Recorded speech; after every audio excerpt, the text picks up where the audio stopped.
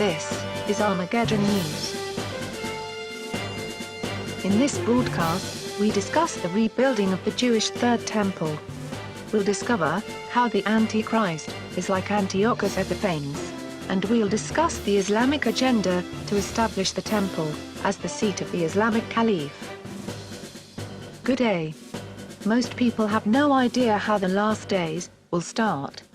But the Bible specifically speaks about a period of 7-year tribulation before Jesus appears from heaven. Biblical scholars know that the 7-year tribulation will begin with a peace treaty signed between Israel and the Arabs, and that the initiator or mediator of this peace treaty will be the Antichrist himself, who appears as a man of peace and a promoter of peace in the Middle East. But in truth, he is a man of war, who will use peace as the Trojan horse, by promising Israel safety and security for 7 years. Most people miss the fact that the Bible says, this covenant will be with many. Not just Israel. Daniel 9:27 says, that ruler will have a firm agreement with many people for 7 years. Many people is not just Israel and Palestine. This agreement must include other nations as well. Most likely, the Arab nations, which surround Israel. These are possibly the many people being spoken of here. Part of the peace treaty may even be the recognition of Israel as a nation. And the Antichrist will be the one who confirms this agreement between these many nations and Israel. Some scholars believe that one of the main points of this peace treaty will be that the Arabs allow the Jews to rebuild Solomon's temple on Mount Moriah. The only problem preventing the Third Temple's construction is the fact that it is currently being occupied by the Islamic Dome of the Rock, built over what Jews believe to be the stone altar of Abraham. According to some biblical scholars, the Third Temple could be built right next to the Dome of the Rock. This is based on the theory of Dr. Asher Kaufman regarding the location of the Eastern Gate. That the Muslim Dome of the Rock was actually built on what the Bible refers to as the Court of the Gentiles. This belief is based on Revelation 11:1, which states that the rebuilding of the Third Temple is not to include the section of the Temple Mount known as the Court of the Gentiles. Therefore, they believe that the Third Temple and the Dome of the Rock could stand side by side. The Bible is very clear that a Third Temple will be standing on Mount Moriah in the last days. And the only way that this could possibly occur is if the Arabs granted Israel permission to begin construction. But this has not stopped the Temple Institute from preparing the vessels and blueprints for the Third Temple's construction. Here are some of the vessels which have already been prepared. They include many types of gold, silver and copper vessels. These are vessels which the Jewish priests require to perform the daily rituals and offerings made to God. Silver trumpets for the announcement of Jewish feast days. And even a reconstruction of David's harp. The 7-candle menorah and the golden crown, prepared for the high priest, has also been made ready. Inscribed with the words, Holy unto the Lord. According to Exodus 28:36. Surprisingly, there has been a recent increase in the call from prominent Muslims to see Solomon's temple rebuilt. This is quite a shocking statement, seeing that the majority of Muslims are against Jews even setting a foot on the Temple Mount. At first glance it appears as a gesture of good faith on the part of these Muslims. But, the Bible reveals a sinister agenda behind their call to see Solomon's temple rebuilt. If given the opportunity and Islamic approval, the Jews may very well opt to build their temple right beside the Dome of the Rock. And this will probably be the most likely scenario.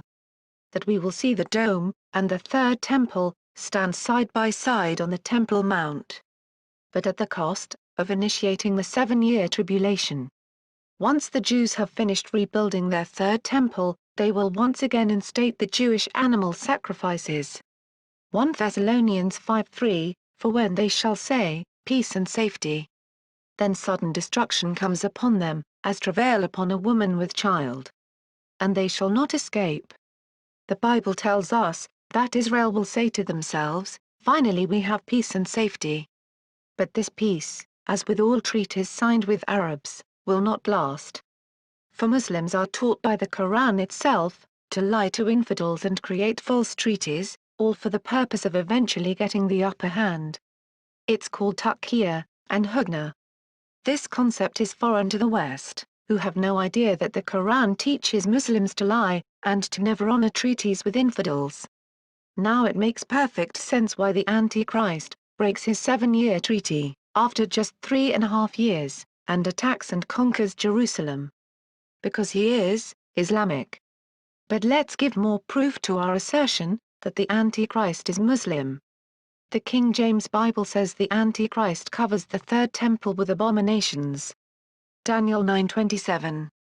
And for the overspreading of abominations, he shall make it desolate.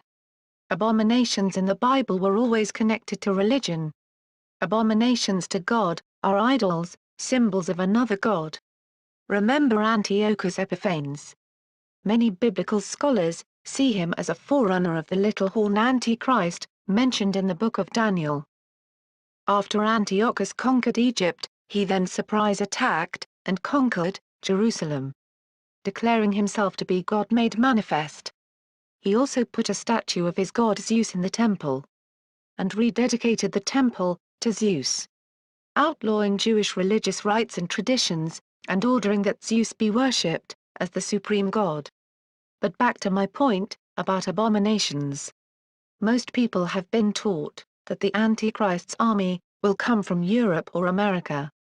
But what religious symbols, or abomination, could an EU, or American army, desolate the Jewish temple with? They don't have any, because their armies are not religious. Look again at the next verse and recognize there is a religion to this invading army. Because they take away the Jewish sacrifice, because of what? Transgression. And a host was given him against the daily sacrifice by reason of transgression. And it cast down the truth to the ground. And it practiced, and prospered. Daniel 8:12. The Bible makes it plain that the Jewish sacrifice is a transgression or offense to this invading army. But transgression against who? Against their God, Allah. Muslims limit Jewish access to the Temple Mount, in case a Jew prays there. And many Jews have tried to sacrifice there, which has caused terrible backlash by the Muslims. Look at why this army has assembled. The Bible says they attack Jerusalem, because they are against the daily sacrifice. And an host was given him against the daily sacrifice. Why would the EU or America care about the daily sacrifice? They don't. So who is against the Jews sacrificing on the Temple Mount? The Muslims. The Muslims assemble their armies against the daily sacrifice, because the Muslims claim that the Temple Mount is holy to them. And a Jewish sacrifice, they see as defiling it. So they will take away the Jewish sacrifice, because they see it as a transgression against Allah. And just like Antiochus rededicated the Jewish temple to Zeus, so too will the Islamic Antichrist rededicate the third temple to his god Allah, by making it a mosque. And he will place on its pinnacle the well-known symbol of Allah, by which all mosques are identified. This is the religious abomination of which Daniel spoke. The awful horror, or abomination which causes desolation, will be placed on the highest point of the temple, and will remain there until the one who put it there meets the end which God has prepared for him. The Bible tells those in Judea exactly what to do when this Islamic army attacks Jerusalem and enters the third temple. Mark 13:14. But when you see the abomination of desolation standing where it should not be, let the reader understand. Then those in Judea must flee to the mountains. The one on the roof must not come down or go inside to take anything out of his house. The one in the field must not turn back to get his cloak. Woe to those who are pregnant, and to those who are nursing their babies in those days. Pray that it may not be in winter. For in those days, there will be suffering. Unlike anything that has happened, from the beginning of the creation, that God created until now, or ever will happen. And if the Lord had not cut short those days, no one would be saved. But because of the elect, whom he chose, he has cut them short.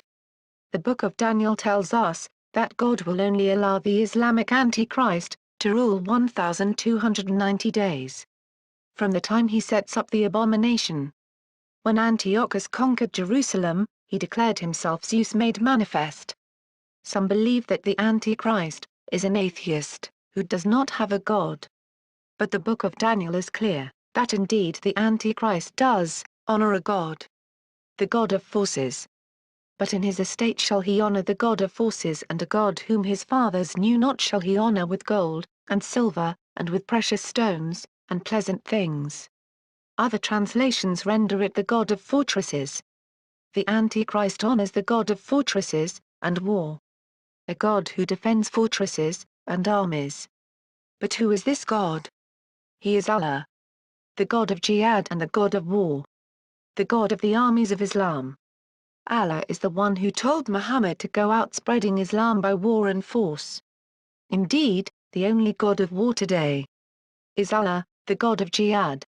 And just like Antiochus declared himself to be Zeus's manifestation, so too will the Islamic Antichrist declare that he is Allah's manifestation, or mouthpiece. 2 Thessalonians 2:4 He will oppose every so-called god or object of worship, and will put himself above them all. He will even go in and sit down in God's temple and claim to be God. Muslims believe in one they call the Imam Mahdi, the Islamic Messiah, who will rule the world from the Temple Mount. When the Islamic Antichrist takes his seat in God's temple and proclaims he is God, this will be a sign to Muslims that this man is the Mahdi, whom they have been waiting for. And his coming will be attended by signs and wonders, to deceive the Muslims into believing he is the Islamic Messiah.